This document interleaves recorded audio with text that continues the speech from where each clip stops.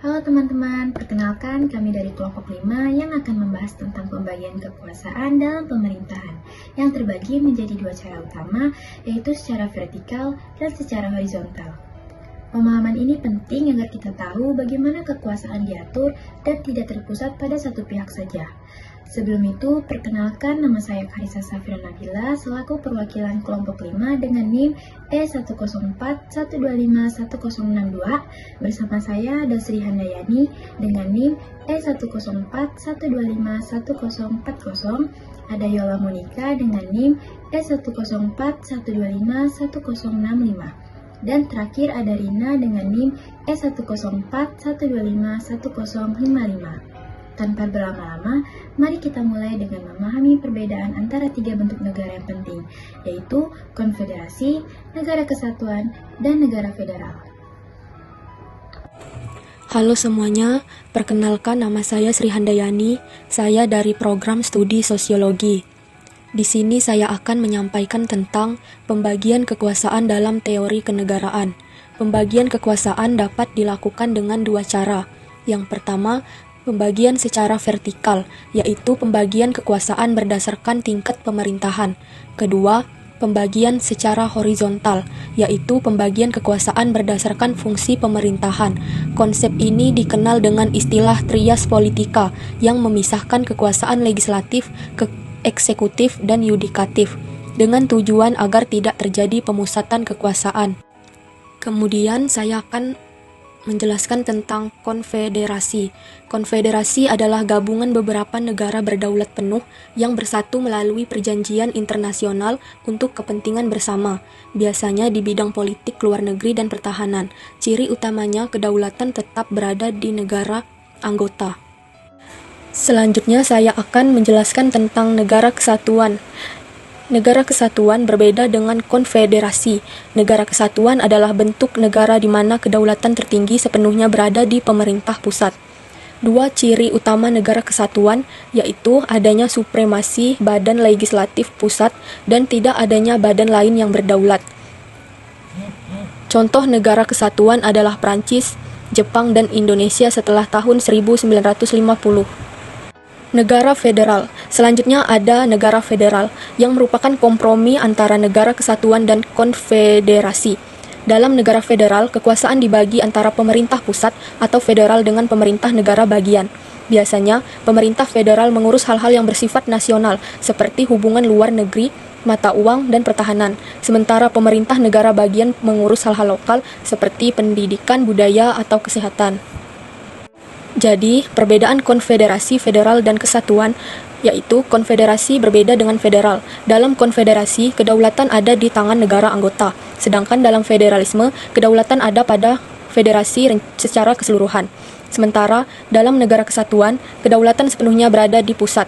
Menurut Hans Kelsen, perbedaan federal dan kesatuan hanyalah soal derajat desentralisasi. Halo semuanya, perkenalkan nama saya Karissa Safira Nabila dari program studi sosiologi. Kali ini, saya akan membahas terkait contoh integrasi dalam sejarah dari beberapa negara yang memiliki pengalaman dalam proses penyatuan negara-negara bagian atau wilayah kecil, menjadi sebuah negara yang lebih besar dan pastinya terorganisir dengan baik.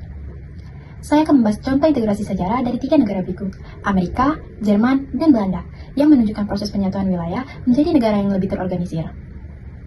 Pertama, Amerika. Pada abad ke-18, terdiri dari 13 negara bagian yang berdiri sendiri. Karena ancaman bersama dari Inggris, mereka bersatu membentuk konfederasi pada tahun 1781 hingga 1789. Lalu berkembang menjadi negara federal pada tahun 1789 dengan pemerintahan pusat yang kuat. Kedua, Jerman. Sebelum Napoleon terdiri dari 100 lebih negara kecil, Napoleon menguranginya menjadi 39. Memicu semangat nasionalisme, setelahnya dibentuk konfederasi pada tahun 1815, lalu negara federal pada tahun 1867. Namun, rezim Hitler mengubahnya menjadi negara kesatuan terpusat setelah Perang Dunia Kedua. Jerman Timur dan Barat kembali memakai sistem federal. Ketiga, Belanda. Belanda mulai sebagai konfederasi longgar pada tahun 1579 dengan 7 provinsi. Seiring waktu, konfederasi ini berkembang menjadi negara kesatuan yang kuat dan terorganisir. Kesimpulannya, dari ketiga contoh ini, kita belajar bahwa integrasi adalah proses yang panjang, melibatkan berbagai aspek politik, sosial, dan budaya. Dari konfederasi hingga negara federal atau kesatuan. Sekian dari saya. Terima kasih. Halo semua, perkenalkan nama saya Yola Monika dari program studi Sosiologi.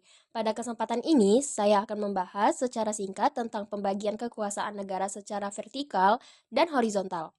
Variasi federalisme dalam praktik. Federalisme memiliki variasi. Ada negara federal yang menempatkan sisa kekuasaan pada negara bagian seperti Amerika Serikat dan Australia. Model ini dianggap federal murni. Namun, ada juga yang menempatkan sisa kekuasaan di pemerintah pusat, seperti Kanada dan India, sehingga federalismenya kurang murni. Sengketa antara pusat dan daerah dalam federasi biasanya diselesaikan oleh Mahkamah Agung Federal. Namun, ada juga yang menyelesaikannya melalui parlemen, seperti di Swiss. Federalisme di beberapa negara di Amerika Serikat, federalisme dianggap paling sempurna. Tetapi, sejarah menunjukkan bahwa peran pemerintah federal semakin kuat, terutama setelah Perang Saudara, kebijakan New Deal di era Roosevelt, dan Perang Dunia Kedua.